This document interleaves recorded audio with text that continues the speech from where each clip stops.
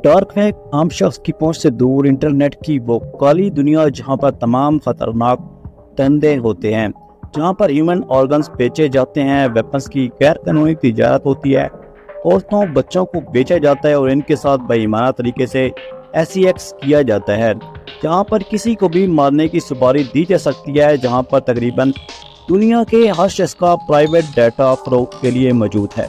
इसलिए अगर मैं डार्क वेब की बात करूं तो मैं कभी आपको रेकमेंड नहीं करूंगा कि आप इस जगह को विजिट भी करो, क्योंकि 5 ऐसी रियल स्टोरी मैं आपको डार्क वेब की सुनाने वाला हूं, जिसको सुनने के बाद आपको महसूस होगा कि डार्क वेब पर सही और गलत के बीच में कोई डिफरेंस नहीं है। तो शुरू करते हैं अपनी कहानी।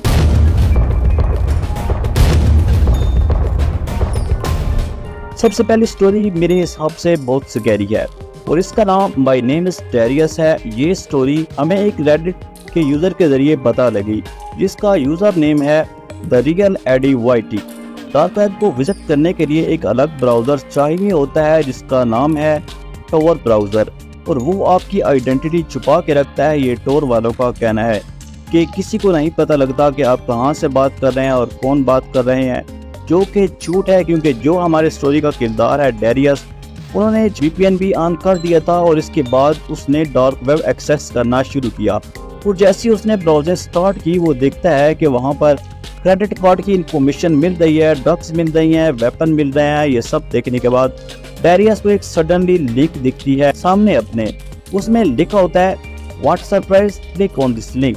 और डेरियस इसको क्लिक कर देता है। क्लिक करने के बाद सडनली उसको एक वीडियो दिखनी स्टार्ट हो जाती है, जो कि लाइव स्ट्रीम होती है।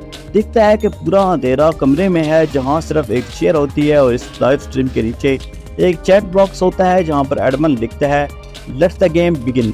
और फिर एक आदमी जो है एक लड़की को खींच कर ले आता है और इस चेयर पर बिठा देता है। स्कैरी बात यह है कि वो लाइव स्ट्रीम उस लड़की को टॉर्चर करने के लिए होता है, और जितने भी व्यूअर्स वहां पर होते हैं उस लाइव स्ट्रीम के, वो $500 बिटकॉइन में दे रहे होते हैं उस लड़की को अपने तरीके से टॉर्चर करवाने के लिए। और ये सब देखने के बाद डेरियस बहुत ज़्यादा डर जाता है और लाइव स्ट्रीम को बंद करने की कोशिश करता है। जैसे ही डेरियस बंद करने लगता है लाइव स्ट्रीम को, उसके पास एक पॉपअप मैसेज आता है जिसमें लिखा होता है लिविंग सो सून डेरियस। यही सबसे शॉकिंग पार्ट है, क्योंकि मैंने आपको स्टार्टिंग में बताया था कि टोर ब्राउज़र आपकी आइडेंटिटी रिवील नहीं होने देता। इनफैक्ट यहाँ पर डेरियस ने VPN भी लगाया हुआ था, तब भी इस लाइव स्ट्रीम के एडमिन को कैसे पता लगा कि इसका नाम डेरियस है। डेरियस को डर जाता है और वो जो है फिर से क्लोज करने की कोशिश करता है, और यहाँ पर एक और बार पॉपअप आता है कि अगर फिर से बंद करने की कोशिश की तो अगली बार इस लड़की की जगह पर डेरियस तुम हो गए वहाँ पर।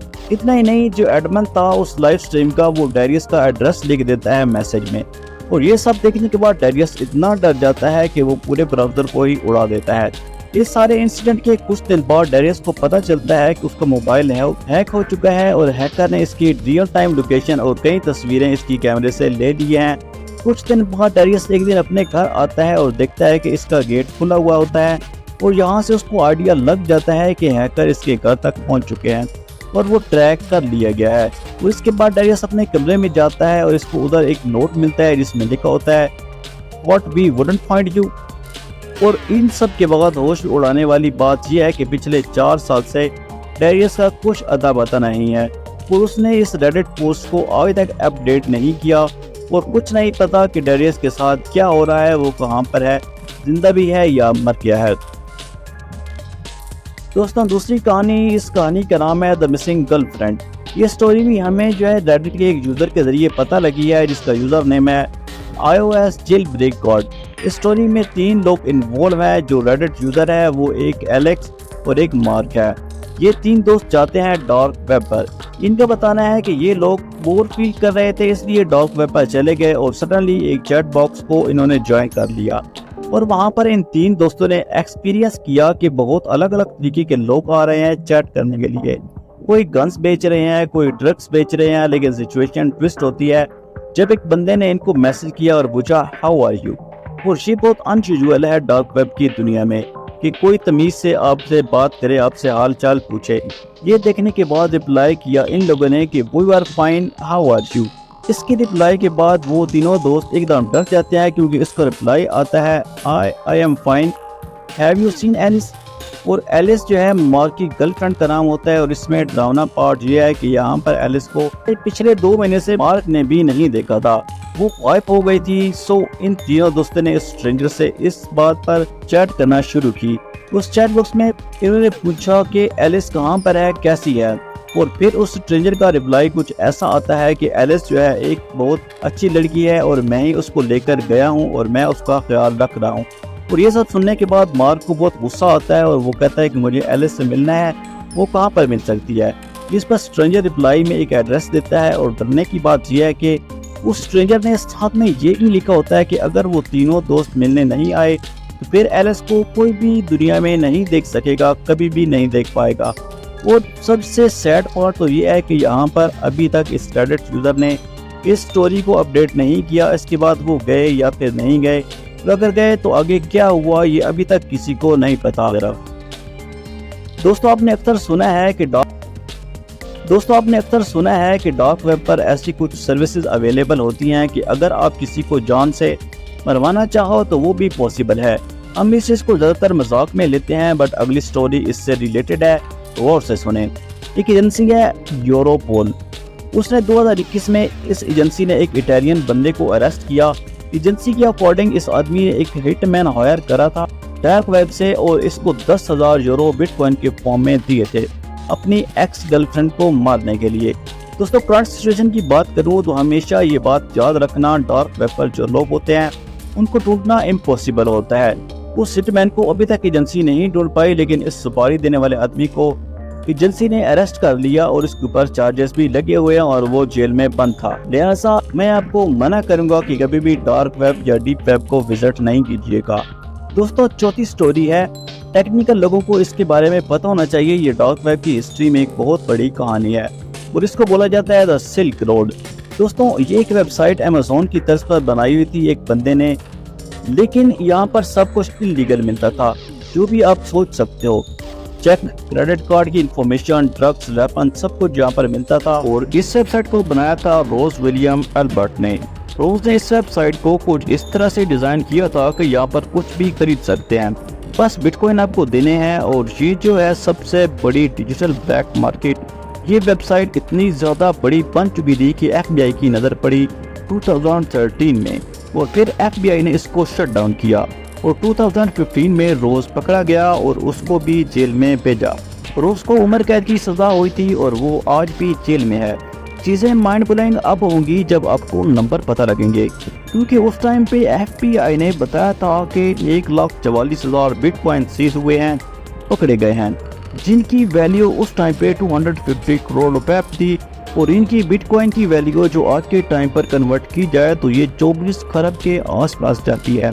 ये नंबर्स बहुत बड़े हैं और इन सब के बाद भी हमें आज के टाइम पे भी डार्क वेब पर बहुत सारी ऐसी डार्क डिजिटल वेबसाइट्स देख जाती हैं जो इस तरह की चीज़ें हमें बेच रही होती हैं। तो दोस्तों आज की 5वीं और आखिरी स्टोरी का नाम है द क्रीपी पिडिंग। ये स्टोरी भी एक रेडिट यूज़र के जरिए पता लगी है जिसका यूज़र नेम है प्राइवेट आर्म्स। ये स्टोरी एक 20 साल की लड़की की है जो कि पार्ट टाइम जॉब करती है एज अ क्लीनर एक स्कूल में।